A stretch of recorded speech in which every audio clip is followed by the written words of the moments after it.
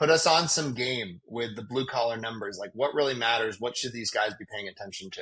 Tommy Mello is 100% right. If you go to any industry conference or talk to any industry person, within the first three questions, they're going to say either how much revenue are you doing or how many trucks you have. People aren't buying number of trucks. People aren't buying revenue. They want to know what your bottom line is. However, our ego gets in the way and we're in our community and everyone's telling us, man, I see your trucks everywhere. And then when we go to the industry events, we got to flex and say, oh, I got 7 vans or I got 14 vans or we're doing $10 million.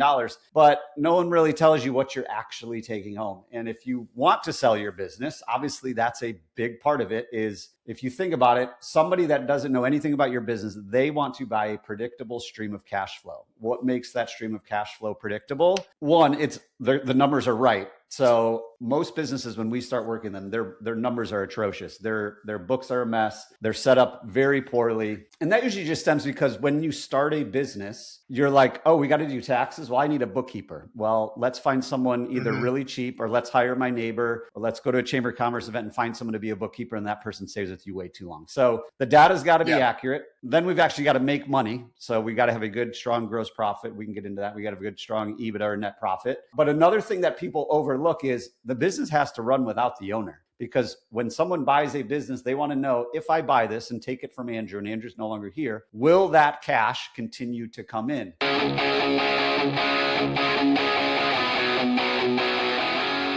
This episode is brought to you by 10X Nerds. If you're a business owner doing real revenue, there's a good chance you're overpaying in areas you haven't even looked at. Things like credit card processing, insurance, telecom, and more. 10X Nerds comes in, audits your expenses across 30 plus categories, and finds immediate savings. And here's the kicker. They only get paid if they save you money. It's a complete no-brainer. If you want to keep more of what you make, go check them out at 10xnerds.com. This episode is brought to you by Rakowski Law Firm. If you're a business owner or have built a level of wealth, but you don't have your estate plan dialed in, you're exposed. Rakowski Law Firm helps families and business owners protect their assets, avoid probate, and make sure everything transfers exactly how it should. This isn't just paperwork, it's a real strategy to protect your legacy. If you haven't looked at your plan in a while or don't have one, go to rakowskilawfirm.com.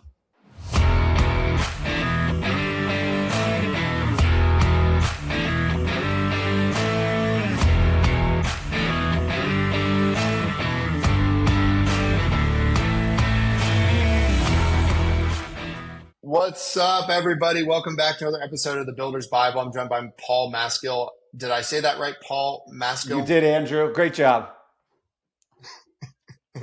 I did. I am smarter than a fifth grader. Paul is with Blue Collar Business Advisors, and he is an expert at helping blue collar guys know their numbers, which is so important as you scale and grow your business. We have some mutual connections, so I can tell that we both have an affinity for the blue collar space. Man, tell us your story. What did you have a blue collar business? How did you really start working in this niche? Yeah, so I grew up in Michigan, and my dad owned his own hardwood floor company. He was a one-man band. I didn't really my view of what owning a business was what he did, because I didn't know anything else. Growing up in Michigan, everybody else worked for the automotive industry. So he was just one guy in a truck, stayed super busy, was booked out for months. He did work for all the Detroit Tigers and Red Wings and all. He was really good at what he did. He was always booked out 6-8 months. And all the people that he worked with, right? The HVAC guy, the plumber, the electrician, when they're doing all this work together, them and everybody else, including society, said, don't do this. Go to school, get good grades, go to college, and then go work for a corporation. It's much safer. You don't have to work with your hands. You get the 401k, the benefits, da, da, da, da. And nobody in my family had gone to college. So I listened to them. I always loved hanging out with my dad, going on the job sites in the summer when I was off school, helping him carry in wood, probably getting in the way more than anything. But I always loved the idea of just the before and after of you can take this old house, refinish the floors, and now they look incredible. Or you have this house, install new floors, looks incredible. But long story short, went to the University of Michigan, got a finance degree, moved to Chicago, sat in a cubicle, watched 2008 happen, and watched all of these people lose their jobs. And to me, that was kind of the point of this doesn't really make much sense. Everyone told me this is the safest thing ever. But really, when you work for a corporation, you have a business, and that business has one client. If that client leaves, you're out of business. So I left. I left corporate America in 2010. I moved to North Carolina. I've been here since then. Since 2010, I have scaled and sold 4 different businesses. In the last like 8 years, I've spent exclusively in the trades. I was a partner in a landscaping company.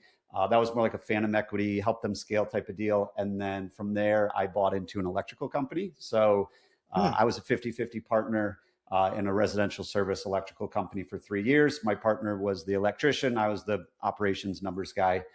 We scaled it up. He bought me out at the beginning of 2024. He wanted to take the company back and do his thing with it. So from there, that's when I started doing what I do now, which is Blue Collar Business Advisors, operating as a fractional CFO. And what I really realized is every business that we grew, we always use numbers to make all the decisions. We took out the emotion, took out the ego. I'm a very black and white type person. I don't get hung up on emotional things. It's the numbers tell us this is what we got to do, regardless of what, what our emotions or ego or excuses say. So that's my background. That's how we got to where we are today.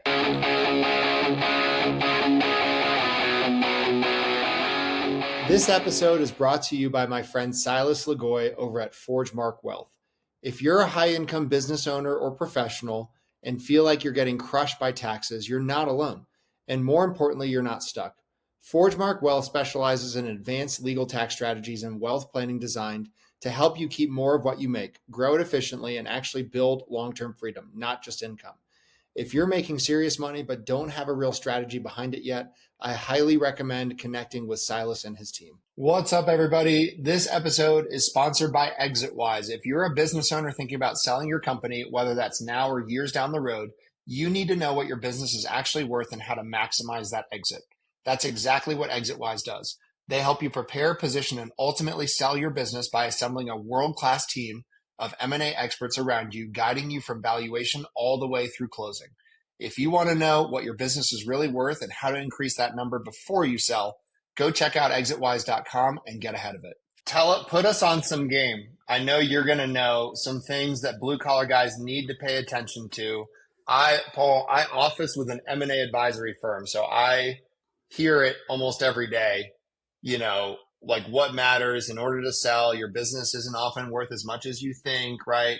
I like Tommy Mello's thing. What is it? Revenues for vanity, profits for sanity. Put us on some game with the blue collar numbers. Like what really matters? What should these guys be paying attention to? Yeah, that's a great question, Andrew. So Tommy Mello is 100% right. If you go to any industry conference or talk to any industry person, within the first three questions, they're going to say either how much revenue are you doing or how many trucks you have.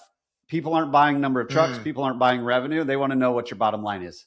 However, our ego gets in the way and we're in our community and everyone's telling us, man, I see your trucks everywhere. And then when we go to the industry events, we got to flex and say, oh, I got 7 vans or I got 14 vans or we're doing $10 million.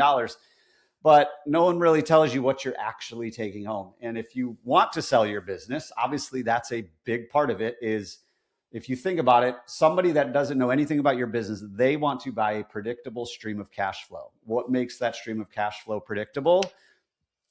One, it's the numbers are right. So most businesses, when we start working them, their numbers are atrocious. Their books are a mess. They're set up very poorly. And that usually just stems because when you start a business, you're like, oh, we got to do taxes. Well, I need a bookkeeper. Well, let's find someone either really cheap or let's hire my neighbor or let's go to a Chamber of Commerce event and find someone to be a bookkeeper. And that person stays with you way too long. So the data's got to be accurate. Then we've actually got to make money. So we got to have a good, strong gross profit. We can get into that. We got to have a good, strong EBITDA or net profit. But another thing that people overlook is the business has to run without the owner. Because when someone buys a business, they want to know, if I buy this and take it from Andrew and Andrew's no longer here, will that cash continue to come in? And most owners, when they're getting ready to sell, they'll convince themselves and everybody else and say, I only work like 5 hours a week, which even if they do, that's because they've been doing it for 30 years. So it only takes them 5 hours. But what oftentimes gets missed is how many decisions they make within the business. So even if you're not working a lot, you might have your fingerprints on way too many moving parts of the business. So I would kind of look at those three. I mean, there's a lot of different things, but do you have good data? Are you actually profitable? And can the business run without you? The construction guys come to mind. I feel like a lot of those guys don't understand how expensive it is for them to operate. The margins are just brutal there, dude. Yeah. Yeah, 100%. Yeah. I mean, when you're in construction, no one cares about value. No one cares about your brand. All they care about is, can you do this cheaper than the other guy? The other part to that is most construction work is usually based on relationships that the owner has with general contractors. And when you go to sell your business and you leave, the minute you leave is the minute that general contractor is gonna be like, well, Andrew's not here anymore, so I'm gonna shop this back out to all of the other companies that wanted to do the work in the first place. So yeah, so construction, terrible margins, no value proposition. And even if you ask the SBA will say if your business is more than 30% construction, they're not going to give an SBA loan on it because it's just too risky.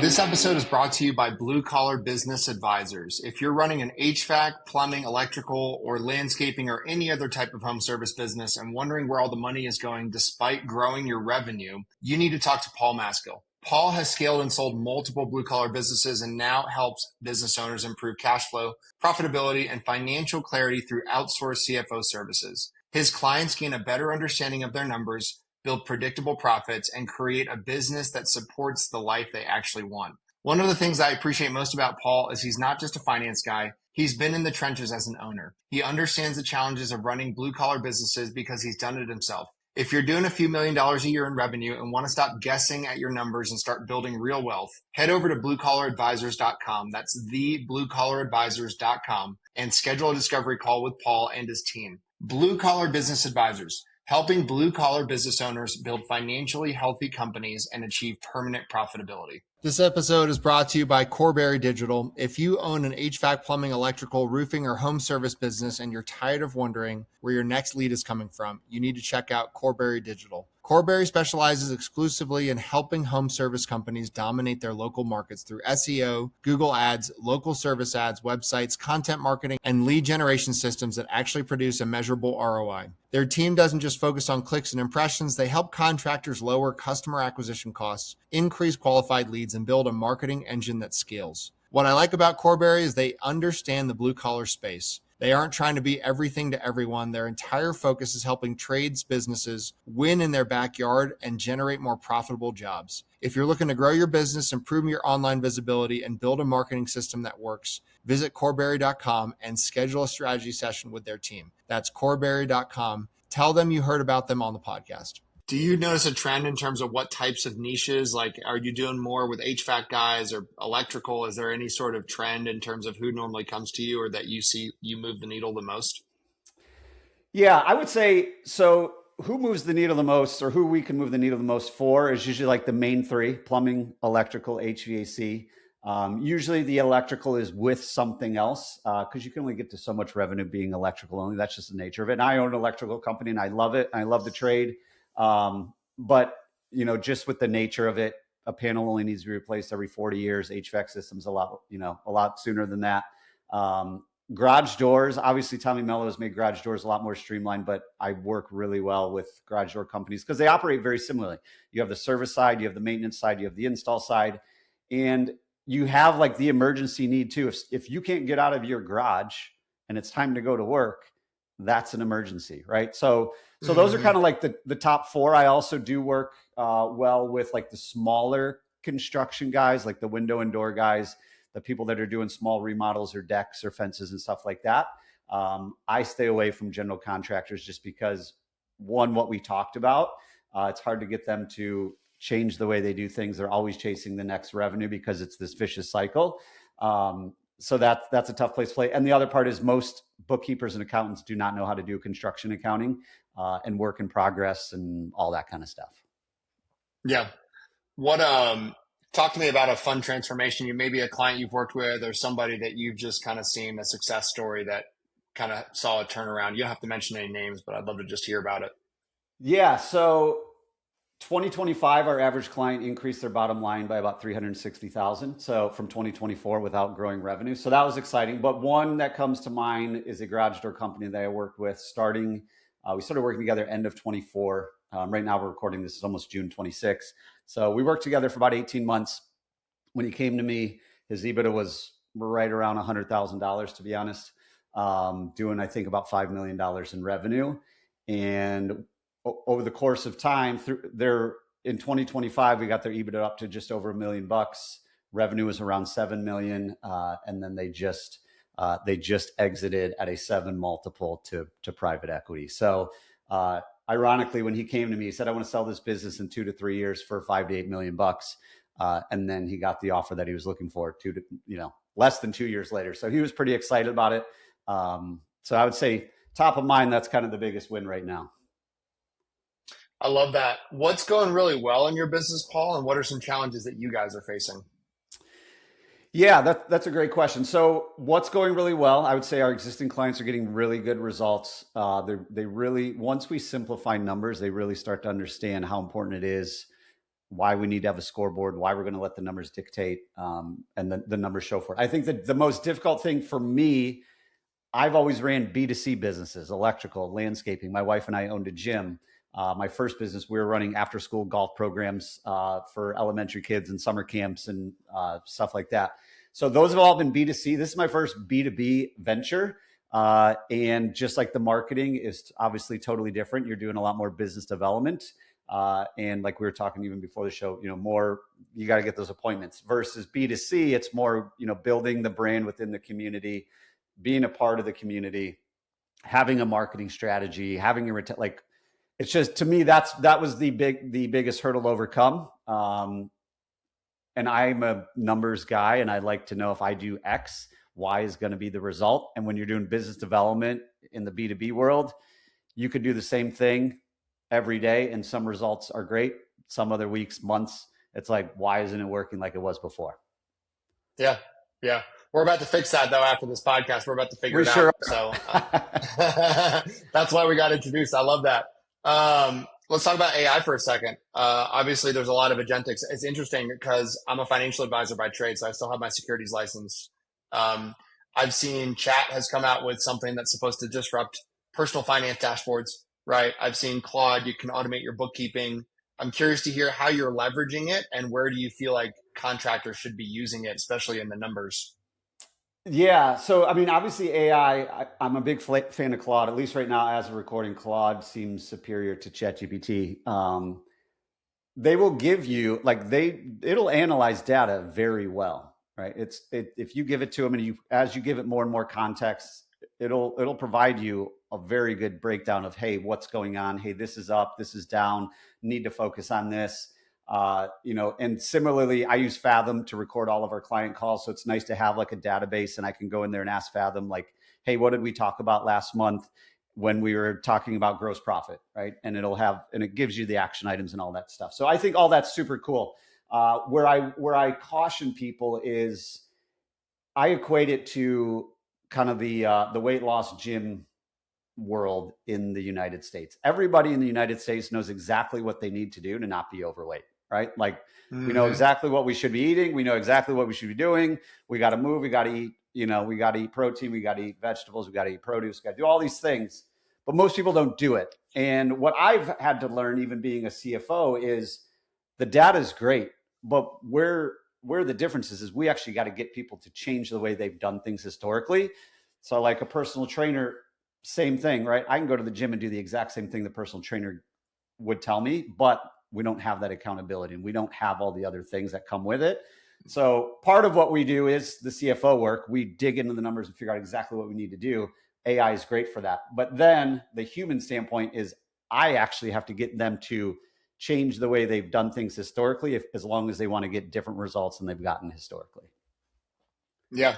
Behavior is everything, right? Mindset as well. So, it's so interesting. I noticed that sometimes things just have to hit me at the right time, right? I've heard this thing like 4 times, but the 5th time it caught me at the right time, So I love that. What's something that we haven't talked about today? I know you've got some other secret sauce or some game that you want to put us on with regards to the blue collar space. What do you see any opportunities right now that maybe people aren't recognizing?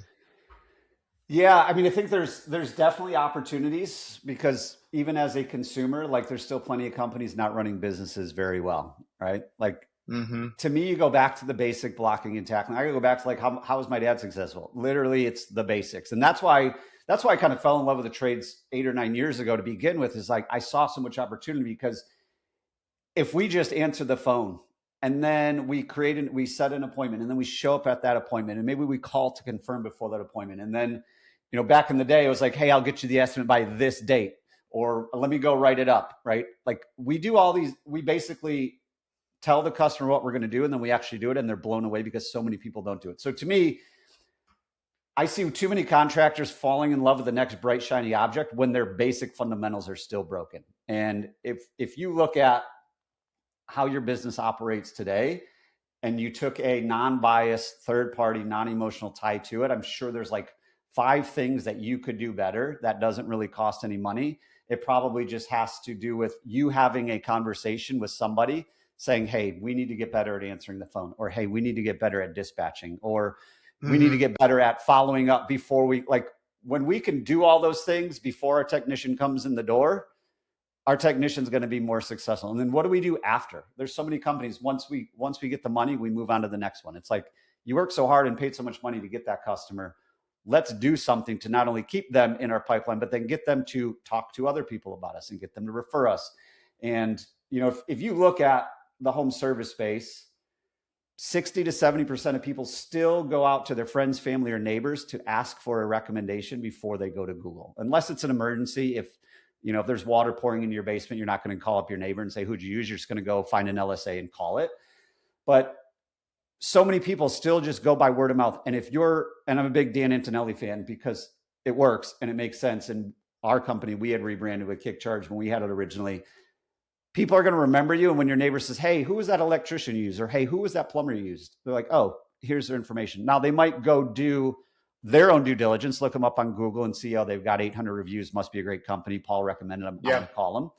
But we need to get back, we need to continue to focus on just the basic blocking and tackling of business because there's so many companies still not doing it. But we like to distract ourselves with the next bright, shiny object because we believe if we just go do that, one, we feel productive, even though we're not. But 2, we believe that's going to solve our problem when we haven't solved the real problem. You know, I'll comment on something. You and I have both talked about the $3 million mark as kind of the cutoff for the types of clients you like working with. And there will be times where I'll talk to a $1 or $2 million guy, and I'm like, he's doing all the right things. Like he's going to be there. You know, you can just tell. But the ones that aren't, one of the things that I've noticed is they are very hesitant to put money towards things. And it kind of strikes me like the guys that are successful, at some point they just grow a pair and they hire the operator that is really expensive and probably out of your budget. But you need a good number 2 if you really want to get past 3 or 5 or 7 or 10 million or whatever, right? Or you've literally spent money on ads. Maybe it hasn't worked, but you chalked it up to a learning experience, right? And you've made a decision to invest somehow heavily in your business, personal development, a grid number 2. Like those are the types of things that I see those smart home service and builders and contractors doing. And there'll be sometimes when I get off a call with one, I'm like, bro, I think this person's just going to stay stuck. You know, like if they're not making those kinds of decisions and chalk it up to an expensive learning mistake if something goes wrong, but you have to be willing to do it. You got to be willing to pony up and invest in something that makes you kind of feel uncomfortable. And the ones that do, that I've found, are typically the ones that are successful, even if it winds up being an expensive mistake from the jump, you know?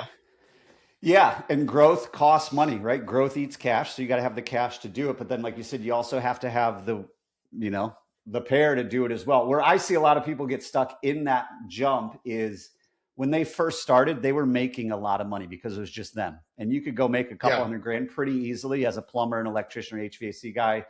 Then you hire an apprentice to help you do a little bit more. But at some point, you have to have a conversation with your spouse or your family of like, look, I'm not going to be making $250,000 right now because we're growing, and I'm going to cut that in half so we can go hire the next person to then get us to the next level. But most of them aren't willing to either change their lifestyle or have that conversation, have the long-term view, because it's like, why would I do $3 to $5 million in revenue and take home less than I was when it was just me and Chuck, right? Like, so that's where I see a lot of them get stuck, is they just don't want to have a temporary change in their lifestyle in order to get to that $8 million business that's at 20% EBIT. And now you're making 1.6 million and your business is worth, 5 to 7x. Yeah. Yeah. I love it. I had a thought as you were talking. I'm going to share I'm a financial advisor by trade. I'd love for you to comment on this. Maybe you shoot it down. I have no idea, but I think that smart contractors should be using permanent life insurance more in their businesses. You're going to think this is crazy, but I think the becoming your own bank concept works really well as you're actually leveraging that tool to buy things from it, right? So a lot of times it's sold as an investment vehicle. I actually think it's a more efficient way to make major capital purchases. Have you seen anybody doing that? Any blue collar guys using life insurance as a tax-free piggy bank for their business? I have not. That's an interesting concept to have those conversations with those guys. I think it's an interesting play. Where I see most contractors is they just don't like anything to do with financials and numbers, and it's like, hey, I was just a technician that started this thing. So I think to your point, though, at some point you've got to start to build a team around you that can supplement your weaknesses. And if your strength is you're the visionary and you're the technical expert, then go be the visionary and the technical expert, but then start to surround yourself with people who are the operations person or the finance person or the wealth person, right? Like most of these people, 90% of their wealth is tied up into their business. We should probably be doing something about that to make sure that all this work we've put in, we're actually going to capitalize on the other end. Amen. What's one thing we haven't talked about today that gets you fired up? One thing, I would say the thing that gets me fired up the most, it might go over some people's heads, but when I look at, so the initial part of my process is we do a financial assessment for everybody. We look at the last 3 years of their financials, just to get a good idea of where they're at, what are the opportunities and everything. And no matter the revenue mark, there is way too many companies who have an accountant or bookkeeper who is not serving them, especially in the space of all of their direct labor, which is their service technicians, their installers, comfort advisor commission, sales commission. All of the cost of labor to deliver what you're selling is not in your cost of goods sold in your chart of accounts. And it should be, because then it's going to be able to tell us what is our gross profit and are we priced accordingly. And that really just frustrates me, because not from a business owner standpoint, because a business owner doesn't know what they don't know, and they assume their bookkeeper is great because their taxes get done and their CPA doesn't say anything about their books, so they must be okay. But so many business owners have done everything right, and they're like 3 feet from gold, but they are so stressed out and miserable because they don't have any money in the bank. They figured out how to hire. They figured out how to build a team. They've got all the reviews. They've done all of the hard work. Now we just got to get the numbers dialed in, and they just assume the bookkeeper and the CPA has got it handled and everything's going okay. In my opinion, everybody needs a great bookkeeper. Everyone needs a great CPA, and not just someone that files your taxes, but a tax advisor. When you're doing several $1 million in revenue, 5, 10, 15 million in revenue, there are a lot of tax strategies that you can take advantage of. That isn't just, hey, you had a good year, go buy a truck, because that's probably the worst tax strategy, but actual numbers that we can then use to guide the business forward. So that's really where we step in. But that's what really frustrates me is when I look at their chart of accounts, and it's like, if we could just get this fixed, you guys would have so much more clarity in your business. And at the point you're at, you need to have that. Yeah. Amen. That's such a good word. And it's such a great word that we're going to end on that. Where can people find out more about you if they want to learn more? Yeah, easiest place is just go to the website. It's thebluecollaradvisors.com. If you go there, you can book a call. We'll chat about your business. And like I said, we do a financial assessment for everybody. So it's thebluecollaradvisors.com. I would think that if anybody wants to get minted one day and right off into the sunset, thanks to private equity, engaging with you sooner rather than later is a good idea. That would be a great idea. Don't be the people that reach out to me, especially all these people that are buying companies in the trades that have no experience, and then they reach out to me when their line of credit's maxed out. There's no money in the bank. Credit cards are maxed out. They owe all their vendors. At that point, it's too late. If you're doing at least $3 million in revenue, you figured it out. Now you got to get the numbers dialed in so that way you can either sell your business someday or have something in your portfolio that runs without you. Yeah, I love it, man. Well, can't thank you enough for coming on the show, and everybody go check him out, book a call. You won't regret it. And we thank you for coming on the podcast. Don't go anywhere because I want to keep talking, but thanks for coming on the show. Thanks, Andrew. Appreciate it.